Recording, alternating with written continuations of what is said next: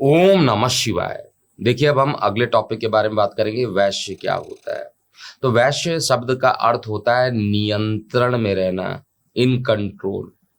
अब जब भी हम लोग विवाह करते हैं तो वर और वधु की राशियों की तुलना की जाती है।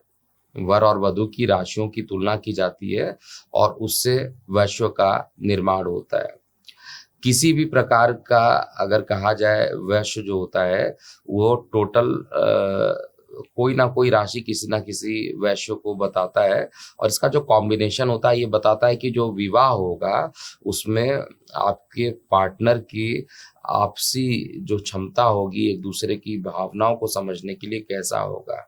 तो 5 टाइप के वैश्य हो जाते हैं। पहला चतुष्पद होता है, 4 पैर वाला। 4 पैर वाला जो होता है केवल अपने बारे में सोचता है। चतुष्पद वैश्यों के समूह को का चतुर्भुज है। और मेष राशि अगर आती है आपकी, वृषभ राशि आती, मकर राशि के प्रथम 15 अंश या धनु के प्रथम 15 अंश में अगर आपका जन्म हुआ है तो आप इस कैटेगरी में आते हैं। चतुष्पद वाले लोग जो है केवल अपने बारे में सोचते हैं। अगर आप मानव वैश्य में जन्म लिए हैं तो आप अपने बारे में भी सोचते हैं और साथ में सोसाइटी के बारे में भी सोचते हैं।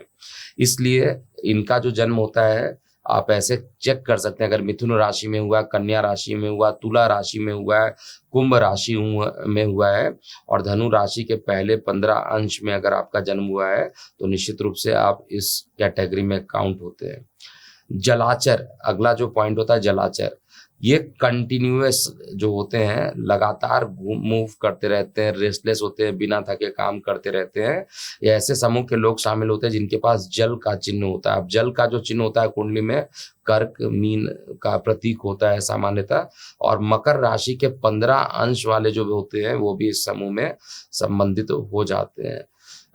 इसके अलावा वृश्चिक होता है, लेकिन वृश्चिक में कीट को काउंट किया जाता है। इसका वंचर टाइप के जो वैश्य होते हैं इनको पसंद है, मतलब इनको एकांत बहुत ज्यादा, अकेले रहना बहुत ज्यादा पसंद होता है। जैसे वन के जो जानवर होते हैं आपने देखा होगा कि अकेले रहना इनको काफी पसंद रहता है, लेकिन अगर मौका मिल गया तो हिंसक भी हो सकते हैं अगर परेशानी हो गई तो।